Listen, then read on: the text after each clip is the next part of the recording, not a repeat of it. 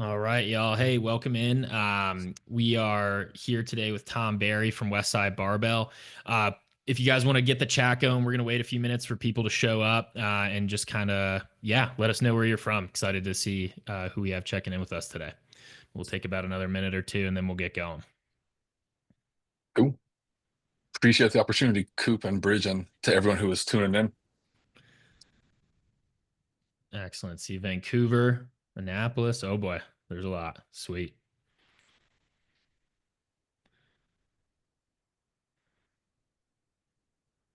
Excellent, guys. And please make sure too, just so you know, you can use the chat for Q&A and such as we go. So just make sure you send those in and we'll be stoked to get some of those questions answered at the end of this. So I think we'll go ahead and let it rip, Tom. Want to introduce Unracked first, all right, and just kind of give you guys an idea of what we're doing on the bridge side of things. So Unracked is a live conversation series. We're going to be having top coaches from all over the industry break down training systems, methods, philosophies that are driving performance at the highest level. Each episode is going to take us inside a very specific approach and talk about how things are built, how it's applied, and how it evolves under the real world conditions. Introduce myself real quick. My name's Cooper Napoli, and I'm like all you in the chat. I am a strength and conditioning nerd seeking more information. And I started my career at an Equinox location in Chicago. From there, I was lucky enough to be invited to actually intern at Westside Barbell, where I met Tom. And since then, just been running my own training business, Delta 5 Performance, and working alongside Bridge Athletic to bring you guys this project. So just stoked to have this first one off the ground. And Tom, man who needs no introduction, would you like to introduce yourself to the group? So it's a pleasure. And again, I'd like to thank everyone and thank Bridge. Thank you, Coop, for this opportunity. Um, in 2011, I sent a Hail Mary email over to Westside Barbell to try coming a 2-week internship. I had other plans, and the day before I was about to leave to go to New Zealand, Louie Simmons, Louie's wife, sent me an email back saying, "Hey, you can come, stay for 2 weeks." And I was like, well, this is an opportunity that I can't pass up. I was pretty lucky in college that our lecturers gave us the book of methods, taught us more about Westside and Louie. So I had an idea of what was going to happen. Um, when I responded back to Lou, like, what's the charge to come over? He said there was no charge. I was like, everywhere else charges you. I'm like, this is very different. So I hopped in the plane, came over. Then I disastrously cycled to Westside Barbell through my bike in a bush. And then Louis like, you must be the guy from Ireland. And then I'll never forget the first day you walk in, you have goosebumps, and all you can hear is a thud, thud. And I was like, what is that? And walked in through, there's two doors to Westside at that time. There's 493 and 497. Went in through 493 and looked around the corner. And I have never seen a group of individuals attack weight with such intensity, such good technique, and the amount that they were lifting for speed just started to recalibrate what I thought was strong. Um, this 2-week internship turned into 2 months, and then I started helping Lou uh, get his course, the special strengths course for CEUs with NSCA. And along that time, I was pretty fortunate that Matt Brown, who is now retired but an MMA fighter, fought in the UFC, was coming in, and I started working with him. And then I started realizing there's way more pro athletes and strength coaches coming through Westside than I've ever seen published. So my goal was really to learn as much from Louis, work with the athletes, learn from the powerlifters, of which, if there's any big takeaway you can take from this, is that there's so much to learn from powerlifters. These guys are experts in lifting weights maximally when it comes to bench, squat, deadlift, and the accessories to get strong. There's so much gems of information from these people. So I was able to train amongst them. Now, was not strong, was definitely on the peripheries, loading weights, unloading weights, helping to handle them at meets. And through this, I was trying to talk with Lou, been mentor from him, and how do we translate this into our own athlete training? We started an athlete group, training at different times. And then through Matt and other athletes coming in, talking to coaches, we started establishing the Westside for Athletes, which is taking the conjugate method that Lou has with the powerlifters and translating that into different populations, ranging from football athletes, MMA, grappling, lacrosse, cricket, you name it. We've had all these athletes and coaches come in, and then I ended up never leaving. Got a full-time job here at the business side, and got the most influential and important mentorship from Louie. And sadly, when he passed in March 2022, I took over running the business aspect and then ensuring that we're caretakers to the legacy and telling that story so everyone knows where it comes from. And we have an athlete crew, and here I am today. Beautiful, man. Thanks for sharing all that. That's awesome stuff. Obviously, I sort of view Westside as like this tree, this massive, massive tree in strength and conditioning with the deepest roots maybe in the entire industry. And I think I want to spend a little time talking about those roots and just kind of talking about Louie. And the main question I think I have there is just what do you miss the most about him since he's passed? Oh, everything. There's not just one. There is so much, and then as time progresses, you come up with far more sophisticated questions you should have asked. But absolutely every aspect of Lou you miss, from the conversations to how fun he was, how generous he was. But seeing him break down uh, athletes and solve problems, like that's something is hugely missed. And I said there's not just one thing, and then the opportunity for others not to get to meet him, to speak with him, and to pick his brain. Yeah, man. No, I totally feel that. I feel like, Louis played such a massive role in my life. And, just the hospitality, man, is, you hear it in the books, you see it in how he talks, but to actually experience it, is kind of a whole other level, man. So no, I hear that. Let's talk a little bit about, kind of the future of Westside. Obviously, you're the heir apparent, man, and when he passed, you kind of had this massive task to bring Westside into the future. So I know probably for a lot of people who are big fans of you guys, much like myself, want to know how Westside's evolving into this next chapter. So would you mind if I talked a little about the past, where everything came from, to Please, transition to what we're doing now? That way it'll please give do. That's a perfect. kind of an overview. So for those who don't know, Westside Barbell is in Columbus, Ohio, and was founded by Louie Simmons. Louie started training at his house, 590 Larkham, back in the 70s. And he started in Olympic lifting. Then he did pretty good initially Olympic lifting, went to his first powerlifting meet, finished second to last, and like, this is the sport I want to get into. By chance, he went over and worked out at OSU, and that's where he found his first training partner in Bill Whitaker. And from Bill Whitaker, Jim Seitzer, Doug Heath, Gary Sanger, this group emerged and they started training out of his house. Then they were training in the basement. And at this time, Louis was huge on reading even back then. I think it was Muscle and Fitness or Muscle and Power. And he heard of Westside Barbell in Culver City, California. And they had huge influence over how he trained, from the box squats, he used to squat to milk crates, to different variations of lifts. And in that club, you had Bill Peanuts West, George Friend, Joey DeMarco, um, Pat Casey. And these were very, very strong individuals who were training differently. And when they disbanded, Louis wanted to keep the club's name alive. And then eventually he would call where they were training Westside Barbell. When they started in the basement, a bar loading issue caused the bar to fly off a power rack, which went through the kitchen floor. And then they eventually moved from the basement to the garage. And this is where the culture of Westside was established. And you had these guys who, like, Bill Whitaker is a veterinary surgeon. That you have Gary, who is a professor of economics, Doug Heath, is a firefighter. You had a mixture of people from all different backgrounds unified through lifting weights, through powerlifting.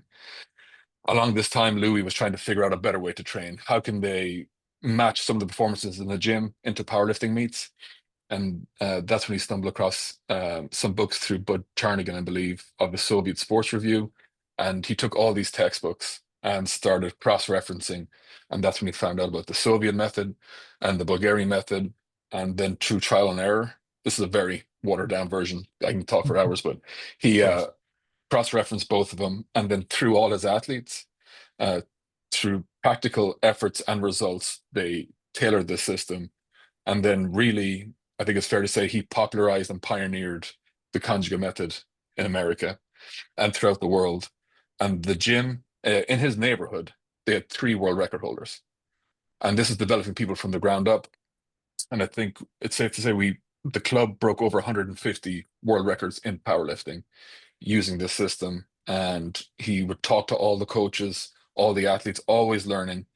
And there's this, like he says it a lot of in all the stories, but he was friends with Mel Siff, did a seminar with Mel Siff, and Mel said a huge thing that Mel said that stood out to him was you don't train minimally, you don't train maximally, but you train optimally. And that started refining the optimal aspect of the conjugate method, and we can get into what that is. But the club set a culture and principles that can be universally accepted into any weight room. Mhm. And without that culture, you don't have the consistency of training and the intensity and what these lifters and athletes put their bodies through. So we have a system today that is virtually our athletes have very, very low injury rates, high success rates in their sport. But that came from all the training and what those athletes are willing to put into the gym.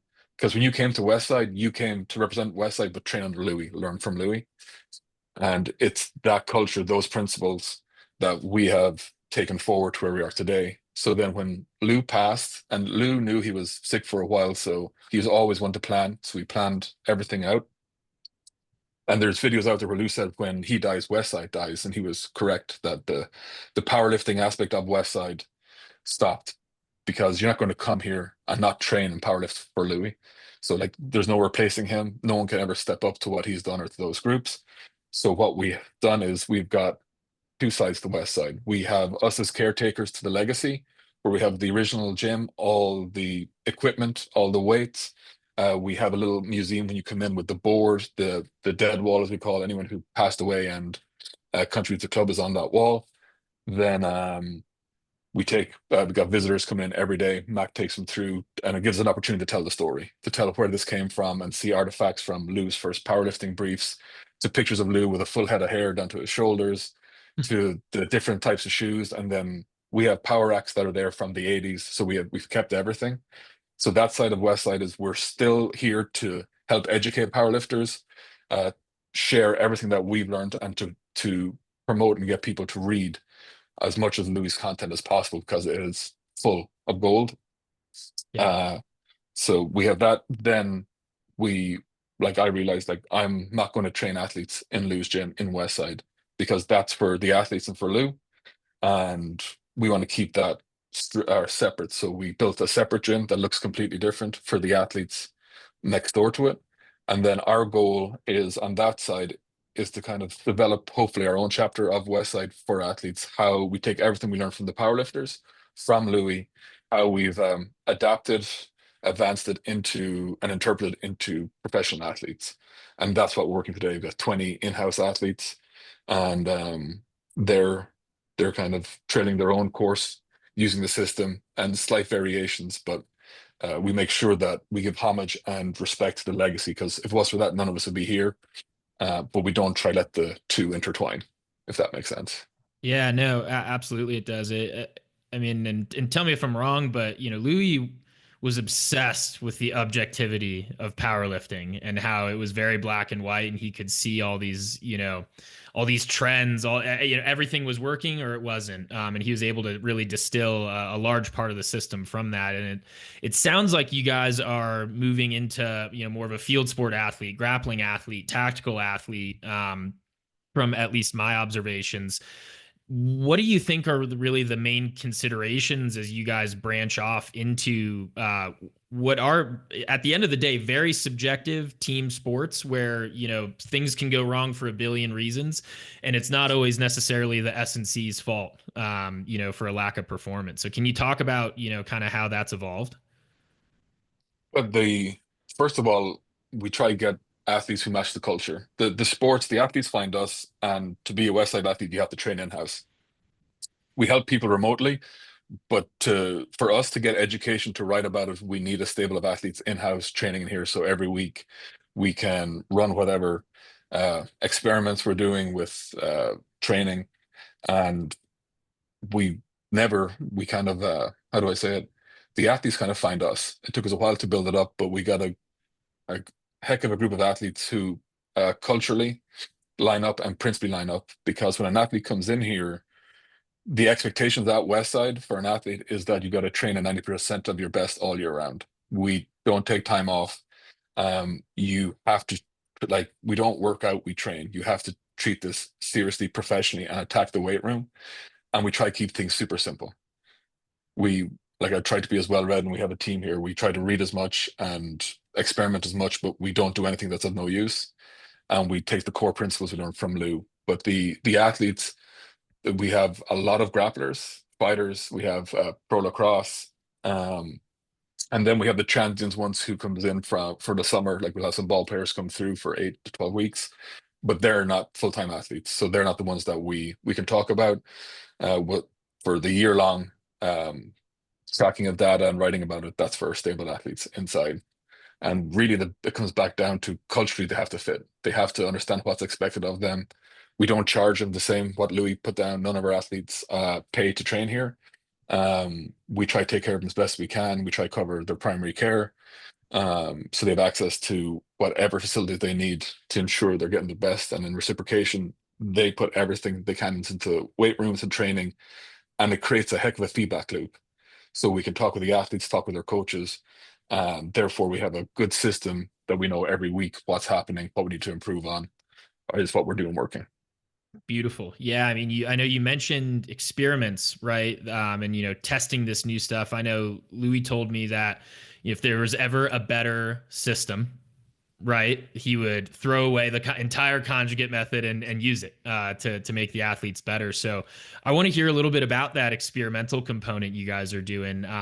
For everyone in here, there's so many incredible Westside books you can go get to figure out how Louis was doing it. But what I want to know personally, and I think for a lot of us who have read a lot of the Westside stuff, is what are these experiments you're running, man?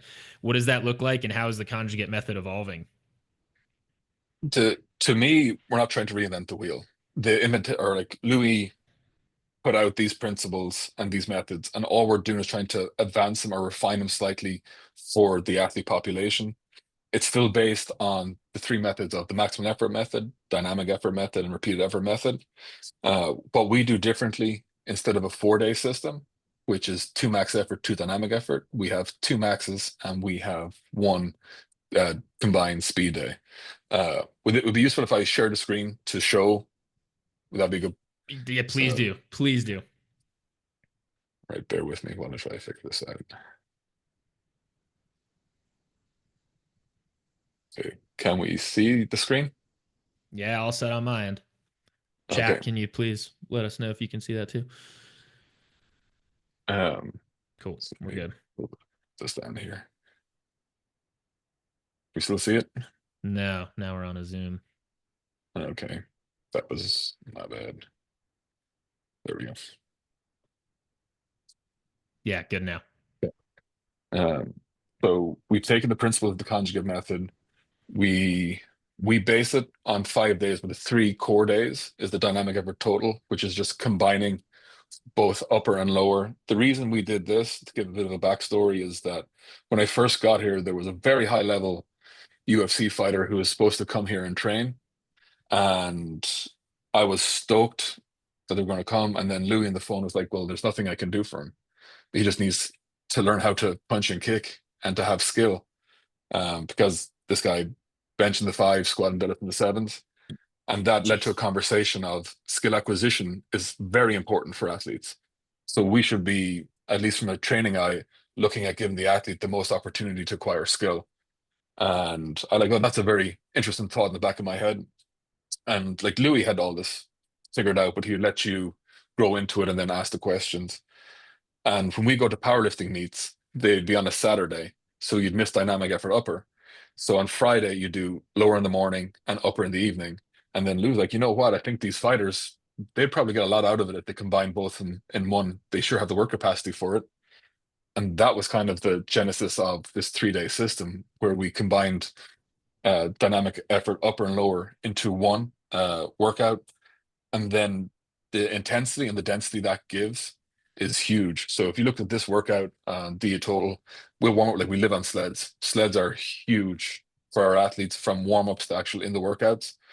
And then we'll start our first variation, which is Uh, for this one of the safety bar squat, it's always based off a compound movement that you have a record in. So when you see 55%, that's 55% of their one rep max in bar weight. Um, the band tension here is maybe someday in the future, Bridge will be able to add the poundage there.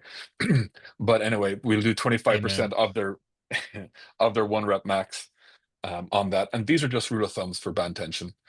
I know people like are sticklers for it, but you try to adapt it. If they're going a little bit too slow, you take off a little bit more bar weight.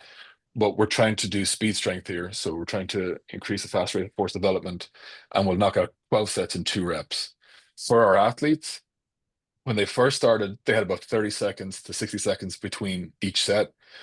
But now they've got such a high level of conditioning that they're going through this as fast as possible.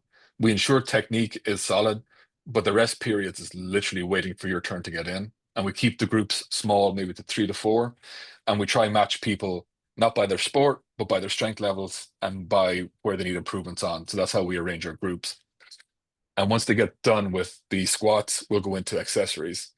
So for this one, we have the safety bar squat walks, goblet squat, standing leg curl. You can read that. The sets are low. We will manipulate sets, reps. So every 3 weeks is something different. We're not stuck rigidly in it has to be 3 sets of 12 reps or 5. Like we will manipulate anything. That's the beauty of the conjugate system. Allows you to rotate in what works, get rid of what doesn't, and keep the training varied. Once that is done, then we'll move into our bench press. And it's 3 reps. So the same 9 sets of 3 reps. We're changing the grips. Each one will start with the weakest grip, moving to the strongest grip with band tension 2, and then into the accessory work, and then into the deadlift and the accessories. So this one on average, I think for this week, for that one session, the lowest volume was 171,000. The highest volume was 220,000 pounds of volume done within about 32 minutes. Now they're not all that dense, but this one they just wanted to go. They felt good, so we try to get a time, and we look at the volume load per minute, which is just a fancy way of saying how much volume are you getting done in amount of time, and that has given the athletes another number to strive for. You have to be careful that technique doesn't go out the window, or they don't make it too much of a competition where they lose track of the purpose of it. But it's been a good addition to here to add that extra factor for the competitiveness and to keep the culture going in the gym. Um, in between each day, we do a plyos and postural. We'll still do jumps within the main movements, but that's really jumping through fatigue. But plyos and postural, we will try put in and this will change every 3 or 4 weeks. Stuff that is working on weaknesses, working on postural improvements, and then separating out plyometric exercises to where the reps are low, but the execution is 100%. So we're getting the most out of it, and we found a good response to this. And again, we're not getting rid of. You can see here for max effort lower, there's still the box jumps, but that's more jumping through fatigue. So max effort lower, we're working up to a 1 rep max. Like we are huge on the development of absolute strength. Like that for us is our bedrock. It's our guiding star to know is our accessories going, and then we ensure is this transferring into the sport, and that's where that feedback loop comes in. Talking to coaches, because sometimes athletes are really good at giving feedback, but there's 2 truths. There's what they're telling you they believe is true, and then there's the actual truth. So having that feedback loop allows us to educate the athletes what we're looking for, and then hopefully makes them as good, if not better, a coach for their strength training than you. And we'll pick exercises based on weaknesses. This one we're going through a phase of isometrics where we're pulling into a pin ballistically, and then they're Mhm. going all out for 3 seconds. So 5 reps of 3 seconds is like about the sweet spot for us. We might go up to 5 seconds, but the recovery from that takes a little bit longer. But the carryover from isometrics into sports is nearly instant that we're finding, to where you give them a week of this, they're already noticing carryover to their sport. And then our famous sled drags are in there. And then we'll have some accessories for seated box jump, split squats, reverse hyper. Reverse hyper and abs, athletes will do them day in, day out, even if they're not on the workout. They're just core staples of Westside. Then we have an upper body for plyos and postural, some isometric holds, some med ball slams, and then we have the max effort upper working up to 1 rep max. Uh, they will do slight warm-ups before, but we try warm up with the bar, and we are trying to get that 1 rep max. The recovery between sets is basically what is your turn. We try to keep the group set to 3 or 4, then in rotation, that is your recovery period. And athletes quickly build up a tolerance to it. And we're looking for the heaviest lift you can lift that day. We're always striving for PRs. It doesn't always happen. Sometimes you might be off from 5% depending what you're doing that week. But for instance, last year, Dante Leon, who's one of our athletes, he is a world champion grappler, like one of the best in the world at what he does. He hit 87 PRs in a year. So we have a huge success rate, and that comes back to that optimal. Try leave something in the tank. But we always know how strong they are because that lets us know what the accessory is going and back to is it transferring into the sport. And then we have the isometrics for the upper body, and then extensions, close grip barbell, and then we have sleds for the upper body and shrugs. So this is what a typical week looks like. The adapting or the advancing really is just taking the principles that the powerlifters put down, the concepts of max effort, so we know how strong you are, dynamic effort, speed, strength, so we can see how fast you're moving this weight, and the accessories are tailored to improve weaknesses, make the athlete more resilient, more robust. But having that one extra day allows them to dedicate that to recovery, to skill acquisition, whatever they want. They now have an extra training session in their schedule to where they can go put it, and that helps a whole lot with buy-in. For us anyway, Beautiful. to where having the 4 days was hard for some of them to make. Makes a lot of sense, and I love this new layout because I think it makes so much sense for the field sport athlete, the grappler, and just really any athlete at that point. Now, Westside is built on cracking weaknesses and making sure that those weak points are addressed. So I'm really curious, like when you're picking those isometrics, Mhm. how are you picking the specific variation? Because from grappling to tactical to lacrosse, there might be a lot of different things in there that are relative to the sport, but also relative to the athlete. So how are you thinking about selecting those variations in particular? That's a good question. We try train the athletes generally. The sports specific stuff that is really taken care of at the sports. So if we can generally make them a more robust and stronger person, it carries over to the sport relatively well. So we have a selection of exercises that it's a pin one, pin three, mid thigh, and then it's conventional or sumo. We just go through these variants, and then we'll see what the results are. So if we go through a training session, realize the carryover is not there, it's not doing what we want, we will immediately change it on the spot. So we won't get locked into a program that this has to be here for the next 3 to 8 weeks. It's that every week we know how fast, how strong, what's working, what's not. And in the middle of a workout, we may change something there and then, realizing that this is not going to work. And then we try to do the workouts ourselves. So we know what the athlete's going to go through. And not being stuck into a rigid system gives us the flexibility to change on the spot. And we try not to mimic the sport a whole lot. We just try to, a coach called Dan DePasqua from the Melbourne Storm coined Mm-hmm. the term groove training. You train yourself into a groove and you're very good within that. But outside of that groove, that's when injuries occur. And in any pro sports, nothing ever goes according to plan. So we try generally train them as broad spectrum as possible. And from the inside out, make sure they have good joint function, access to that, because flexibility and joint health don't necessarily mix up. We've had grapplers here who have got great flexibility but no access to their hip or shoulder joint. So we create a hierarchy of what needs to be done. And then from there, it's just generally we're building a stronger, faster athlete and let Yep. the sport take care of itself. Beautiful. No, I love that. That's a badass way to think about it, and I think I really like that groove thing you mentioned. Where and tell me if I'm wrong. I'm going to try and translate a little bit here of what I think that means is. Let's just use barbell back squat. You add 500 pounds to your barbell back squat, you're better at barbell back squat. But if you move between six other bars and you lose all that strength, you're strong in one groove and not a lot of others. So is this to say that the you want to train the athletes to have a wide berth inside that groove that they are training in the gym, so that when they go to their sport, they have, I guess, what it would be neuromuscular coordination is a lot higher. Am I wrong? Or Yeah, and it goes broad spectrum, like to Mhm. where you're right. Like every week we'll change the max effort movements that we're not staying the same one every week. We'll come back and retest it maybe every 8 or 12 weeks to see if there's improvements. But we try train them outside the range of motions that they're going to do in their sport, Mhm. because they're going to end up, especially in grappling, you're going to end up in precarious situations.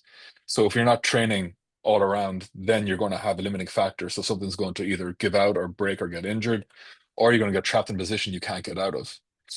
And for our like pro lacrosse players, we did 8 week, I say, internal study of to where she didn't run once.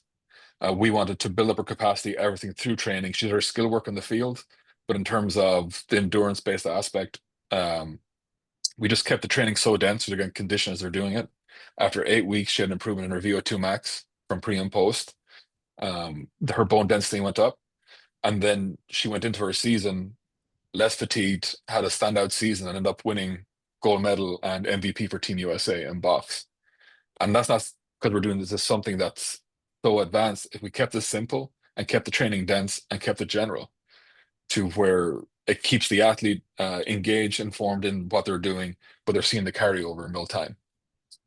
I love it. I love it too, because I think it speaks to the culture, right? You have this hardcore training environment, and the idea is that you become more hardcore the more you do it, right? I love that tonnage per minute thing you guys are really locking in on. I think that's, if we look at the scientific laws that are, kind of underpinning this thing, and how you build bone density and conditioning like that. If you're doing, what would you say, 220,000 pounds some guy put out in 30 minutes? I mean, that's like unbelievable number to think about. So that's cool. I guess is that kind of the critical KPI for you guys then? Is that tonnage?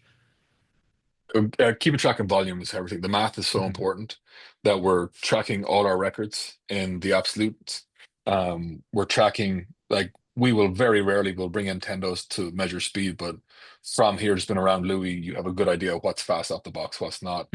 But keeping record of total tonnage daily, weekly, monthly is hugely important. And our athletes train to such a high level that we taper down into competitions, where powerlifters, they would do a circa max phase going into a competition.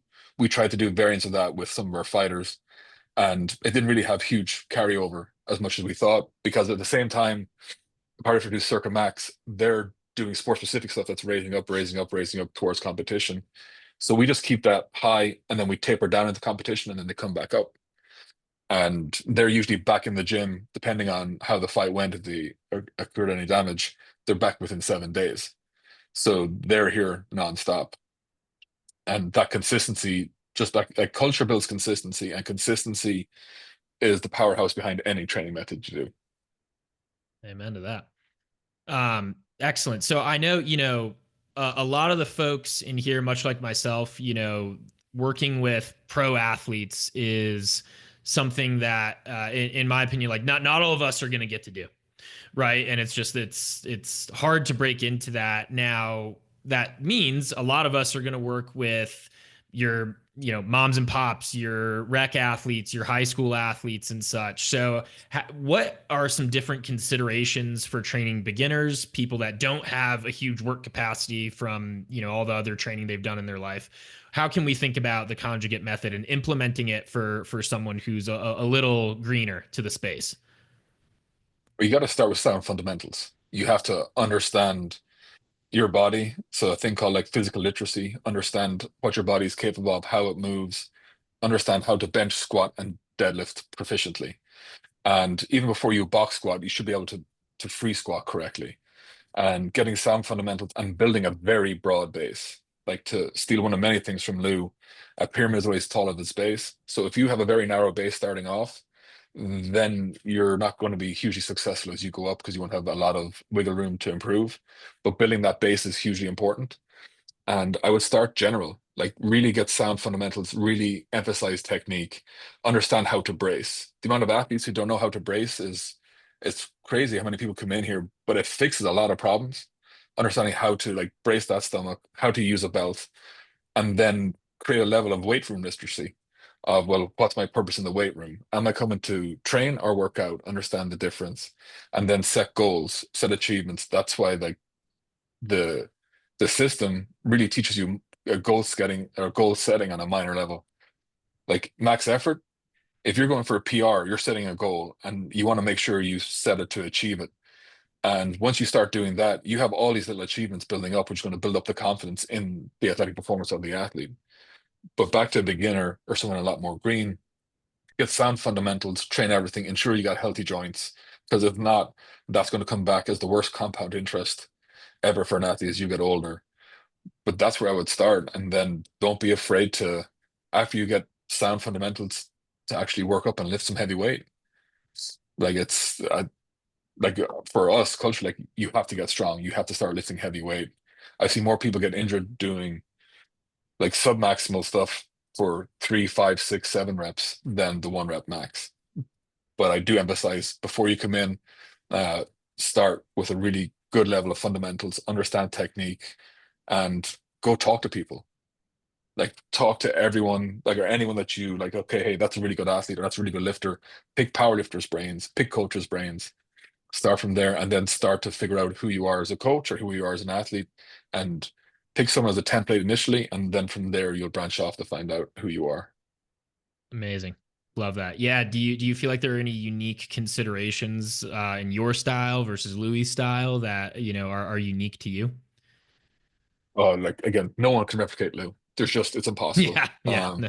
Should I, try. I'm I think I got a lot of things for him. When I first came in, I was definitely because out of college, they really train you how to train one person really good. And Hmm. then when you have all these different personalities, all these, and then a bunch of athletes to train at one time, it's kind of hard to figure this out. But when I had Matt Brown, I initially was, I won't say dictating, but like, hey, I'm a coach, here's what you got to do.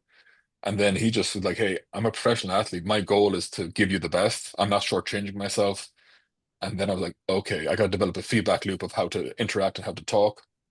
And then my style is I don't like to overcoach. I'd rather sit back, analyze, give the minimum amount of feedback possible.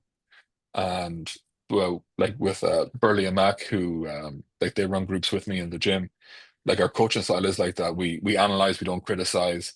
If we see something that's going to injure the athletes, we'll stop them. Very rarely would ever see that. But it's we try to improve one or two things. We don't try to bombard them with a whole bunch of cues.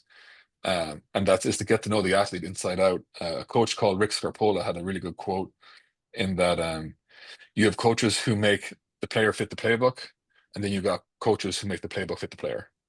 And that's what we try to do is like adapt it into the athlete, the minimal affecting coaching, and then have them be self-sufficient, have them run their groups, because then you'll have alphas, people will start leading the groups and then they'll start coaching themselves.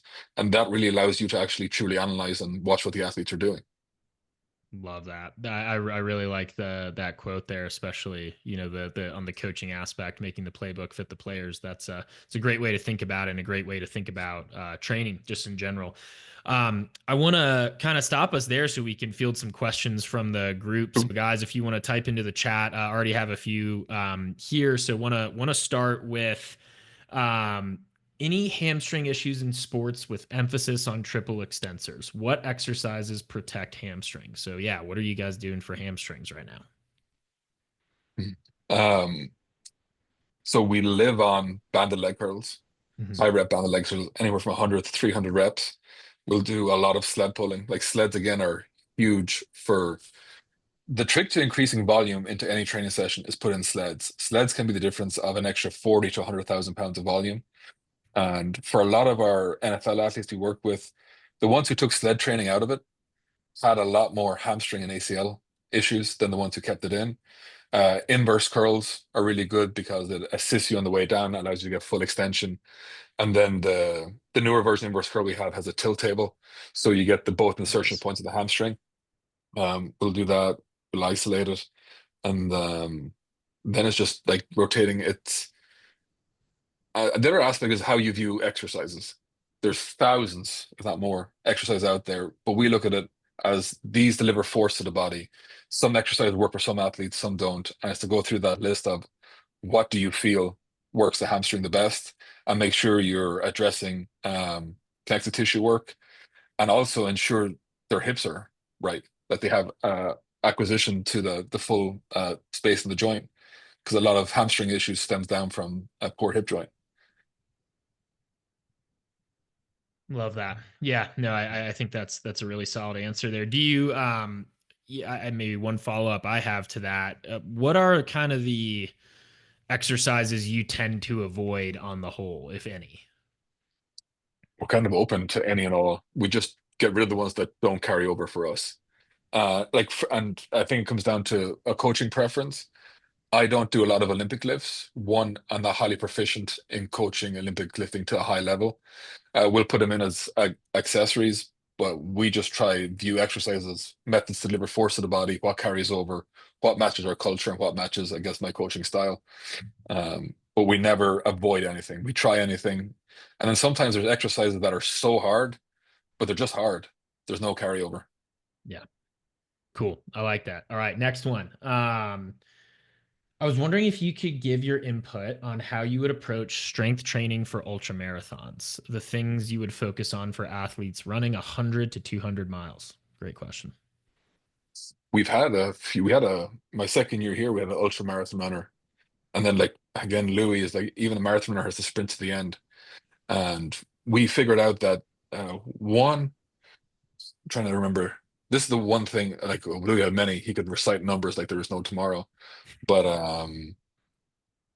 one marathon runner, I think she had a 150-pound one rep squat, max squat, but she could do about 30 reps of 135. And it's to increase That's one, crazy. the level of absolute strength, because they're very efficient at conserving energy. But by increasing the absolute strength, it kind of raises the bar for all other aspects. And Mm, then we found exercises like walking in the belt squat, having times with sleds, um, because we're not going to be able to run them 50 to 100 miles, and nor they would keep that volume week in, week out. And the other aspect is making sure they're healthy. Back to the joint aspect, make sure their joints are healthy, make sure their connective tissue has been stimulated and trained. And a lot of my answers will come back down to we will increase their absolute strength, which us is a catalyst to raise all other strengths around it. love that. Yeah, the I think that's important for the tactical population too. I know we have a lot of guys from UHP, which has some tactical roots there. So yeah, appreciate that. Looking at some of the other ones here, there's a ton coming in, guys. So apologize. We're gonna have time for one or two more here. Someone asked, you mentioned skill acquisition regarding focus of attention. Do you have preference between external in the environment or internal body? For us, the way I view it is if I make you a better human physically, then you have the greatest opportunity to go and acquire new skill because you're going to get less fatigued, you can do more reps. So we look at the physical aspect, and then we talk to the sport coaches of like, well, is there any area that they're trying to improve upon? Is there any positions that they're not able to get into or they're not strong enough on? And again, it comes back down to developing a more robust, resilient person that has the opportunity to go learn the skill. Because if you give them more physically, then they have the opportunity to train more, to do more. That's the way we view it. Hopefully that answers that question. Yeah, no, I think so, and definitely. All right, and then last one here. I train fighters and general pop, and some only have 2 days to commit to strength and conditioning. What are your thoughts on the condensed conjugate and how to optimize? So it sounds like even more condensed than what you're doing right now. Yeah, look, you can only play the cards you're dealt.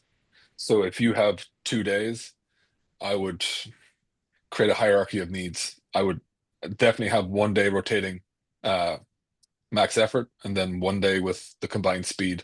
That's the way I would do it. But we've had to do that before. It's not the most optimal, but it's what you're dealt.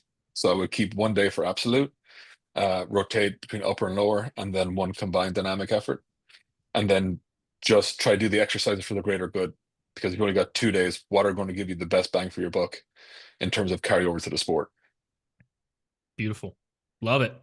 Cool. I think we'll wrap it up there. Just so everyone knows, there is going to be a recording that gets sent out to you, and we'll kind of have some follow up content, that we're bringing to you guys. Be on the lookout. Bridge is going to have some Westside templates phases on our platform. So if you guys are at all interested in checking that out, would love to make that happen. And just wanted to say on behalf of everyone, Tom, thank you so much, man. I mean, that for me was extremely insightful. I have a ton of things I'm taking away, that I'm going to implement into my training, and what really stuck out to me was that concept of the groove for sure, and being able to explain that articulately. I just sincerely appreciate you doing that.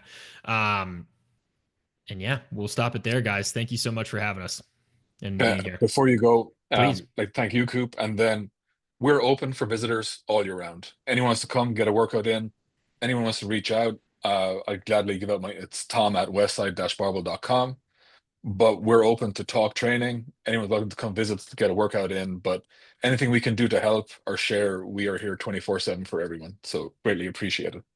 Love it. Yeah, you guys are the most incredible resource I've ever leveraged in my business. So I hope more people get in there and at least schedule a visit, man. It's an awesome place to be. So All please, welcome. everyone, get there. It's West Side's awesome. So Thank you. Appreciate cool. it. All right, y'all. Take care. Have a good one. Enjoy the rest of your days.